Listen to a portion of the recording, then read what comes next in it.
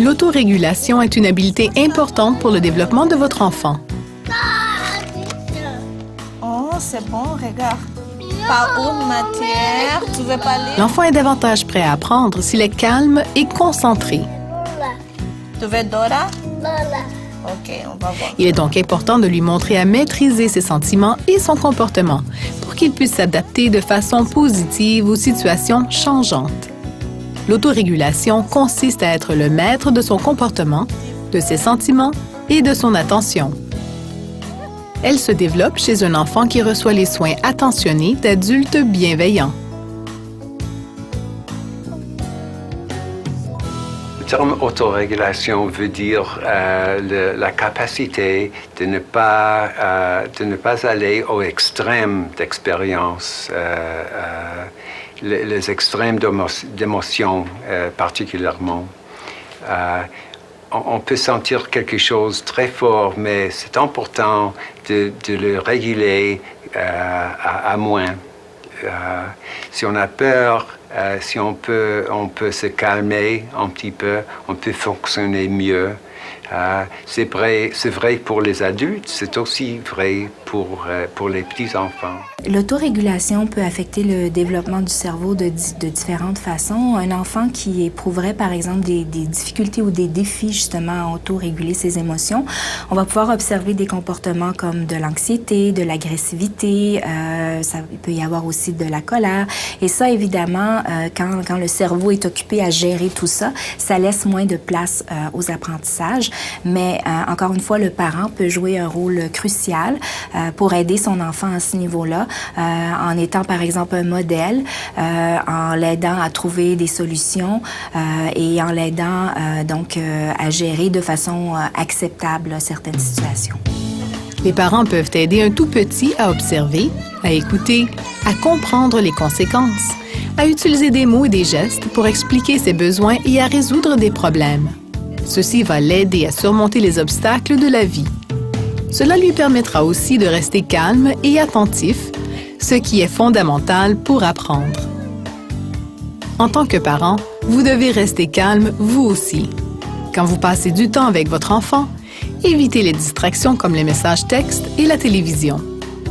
Donnez votre attention à votre enfant. Quand la technologie vient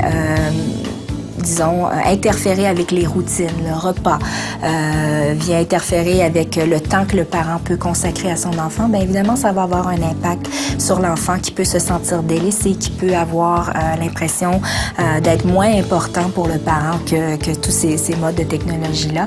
Et puis, à ce moment-là, peut développer toutes sortes de comportements, justement, pour essayer d'aller chercher l'attention du parent. On peut penser au parent qui est au téléphone et puis là, l'enfant est en train de, justement, faire beaucoup de choses pour déranger parce que le message que l'enfant envoie, c'est « je suis là, papa ou maman, donc occupe-toi de moi, laisse le téléphone ». Essayez d'aborder les situations stressantes de manière positive. Apprenez à reconnaître ce qui déclenche votre stress. Vous montrerez ainsi à votre enfant comment gérer ses propres sentiments. Essayez de donner le bon exemple. Utilisez des techniques de discipline positives. Apprenez à comprendre le tempérament, les besoins et les aptitudes de votre enfant. Andrew, regarde, c'est son tour. Après, c'est Andrew, OK? Bravo, dis bravo, Raphaël. Ayez des attentes claires et appropriées pour son âge. Utilisez des distractions, offrez-lui des choix et aidez-le à résoudre ses problèmes. Évitez de crier, de menacer, de frapper ou de donner la fessée. On sait que ceci endommage le cerveau. Le niveau de stress de l'enfant augmente et nuit à l'apprentissage. Ne faites jamais mal à un enfant. Le frapper, le pincer ou lui donner la fessée lui montrera qu'il est acceptable de faire la même chose aux autres. Regardons cette situation réelle.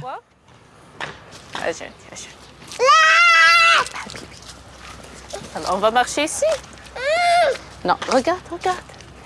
C'est quoi ça? Elle n'est pas là. Camille?